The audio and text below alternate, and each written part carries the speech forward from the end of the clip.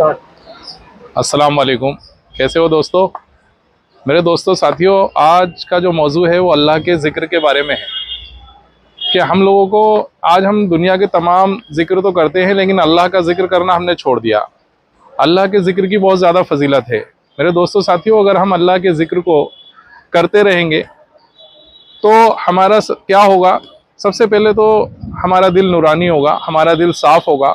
और दूसरे मेरे दोस्तों बुज़ुर्गों, जब हम अल्लाह का ध्यान करने वाले बनेंगे, अल्लाह का जिक्र करने वाले बनेंगे तो अल्लाह का ध्यान नसीब होगा। हम कोई भी गुनाह करने वाले बनेंगे तो हमें ख्याल आ जाएगा कि नहीं, अल्लाह हमें देख रहा है, तो हम कोई गुनाह नहीं करेंगे। और अल्लाह के जिक्र की फजीलत कितनी ज़्यादा है उसके बारे में मैं कुछ आपको हदीस की रोशनी में बताना चाहता हूँ कि अल्लाह का जिक्र करने वाला वो जिंदा है और जिक्र ना करने वाला मुर्दा की मानिंद है। हदीस पाक में आता है कि जो बंदा अल्लाह का जिक्र करता है उसका दिल नूरानी हो जाता है। और जब एक बार अल्लाह का जिक्र कोई सुबहान अल्लाह कहता है तो जन्नत में एक दरख्त लगा दिया जाता है और जिसकी मुसाफत 70 बरस चलने के बराबर होगी, इतना बड़ा दरख्त होगा। मेरे मोहतरम बुजुर्गों दोस्तों, जिक्र करने की मिसाल इस तरीके से है जैसे कि जब कभी हम कोई गुनाह करते हैं तो हमारे दिल पे एक काला सिया नुक्ता लग जाता है, फिर हम एक दोबारा गुनाह कर देते हैं तो एक नुक्ता और लग जाता है। और जब हम ऐसे ही गुनाह करते रहते हैं तो हमारा दिल काला सिया हो जाता है, हत्ता कि हमारा दिल पूरा काला सिया हो जाता है। फिर खैर की बात कोई दिल पे असर नहीं करती। तो जैसे कि हम कपड़े हमारे गंदे हो जाते हैं, कपड़े को साफ करने के लिए हम साबुन का इस्तेमाल करते हैं।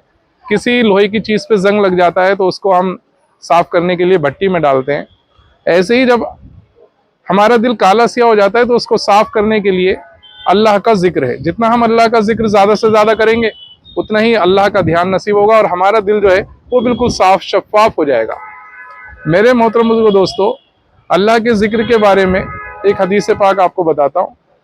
एक मरतबा हुजूर पाक सल्लल्लाहु अलैहि वसल्लम ने एक जंग में साहबा इकराम को भेजना था और जो दुश्मनों की तादाद थी वो लगभग 1000 के बराबर थी। तो अल्लाह के नबी ने कहा कि साहबा इकराम से पूछा कि उनसे लड़ाई के लिए कौन कौन जाएगा।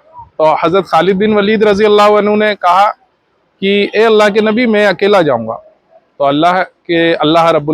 अल्लाह के नबी ने कहा कि खालिद, वो 1000 का लश्कर है, 1000 का के मुकाबला आप अकेले कैसे करोगे? तो खालिद बिन वलीद रज़ी अल्लाह अन्हु ने कहा, अल्लाह के नबी, वो अल्लाह का जिक्र नहीं करते, वो तो मुर्दा है, मैं अल्लाह का जिक्र करता हूँ, मैं जिंदा हूँ, तो मैं तो अकेला उनके लिए काफ़ी हूँ। तो मेरे दोस्तों बुजुर्गों साथियों, अल्लाह के जिक्र की फजीलत बहुत ज़्यादा है। जन्नत के 8 दरवाजे हैं, उनमें से एक दरवाज़ा जाकिरीन के लिए है। जो भी अल्लाह का जिक्र करने वाला बंदा होगा वो उसमें हंसते हंसते दाखिल होगा।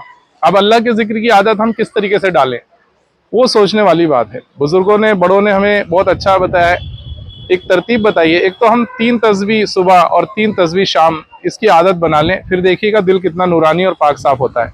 उसमें सबसे पहले हम एक तस्बीह दुरूद शरीफ की पढ़ें और एक तस्बीह इस्तिग़फ़ार की पढ़ें और एक तस्बीह तीसरे कलमे की पढ़ें। ये 3 तस्बीह हम सुबह हमें पढ़नी है और 3 तस्बीह शाम को पढ़नी है। ये हम मामूल बना लें अपना, इंशाअल्लाह इसकी फजीलत बहुत ज़्यादा है। इसमें आगे मैं आपकी इसकी फजीलत के बारे में भी बताऊंगा, वीडियो ज़्यादा लंबी हो जाएगी। बहरहाल इसकी फजीलत बहुत ज़्यादा है, इसकी आदत बना लें। दूसरे कुरान पाक का एक अपना मामूल बना लें, चाहे हमें 2 रुकू रोज़ पढ़ने हो लेकिन रोज़ पढ़ना है ज़रूरी। और मसनून दुआओं का एहतमाम करें, जो अल्लाह के नबी ने दुआएं बताई हैं मौके मौके की, उनका एहतमाम करें। जब हम ऐसा करने वाले बन जाएंगे तो इंशाअल्लाह फिर आप देखिएगा बरकतें और रहमतें अल्लाह रब्बुल इज़्ज़त की तरफ से कैसे नाजिल होंगी। तो इसकी आप और हम सबको फिक्र करनी है कि हम ज़्यादा से ज़्यादा अल्लाह का जिक्र करने वाले बन जाएं। तो उम्मीद है वीडियो आपको पसंद आई होगी और ऐसी ही वीडियो के साथ मैं आपको इंशाअल्लाह और मिलता रहूँगा। खुदा हाफिज़।